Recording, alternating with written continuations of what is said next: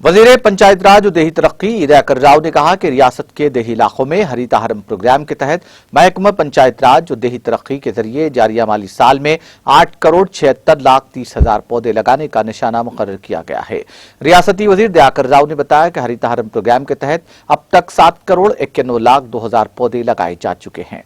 उन्होंने कहा कि पौधे लगाने का बाकी अमल अगस्त के आखिर तक मुकम्मल हो जाएगा।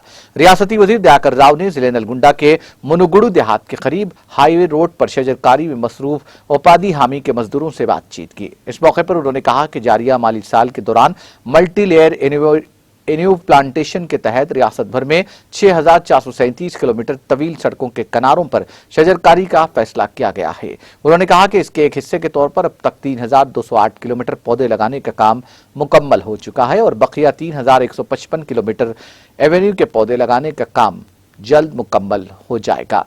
वजीर दयाकर राव ने ग्राम पंचायत सेक्रेटरी को हिदायत दी कि सड़क के साथ एन्यू प्लांटेशन को फौरी तौर पर मुकम्मल किया जाए और लगाए गए हर पौधे के हिफाजत के लिए इक़दाम किए जाएं।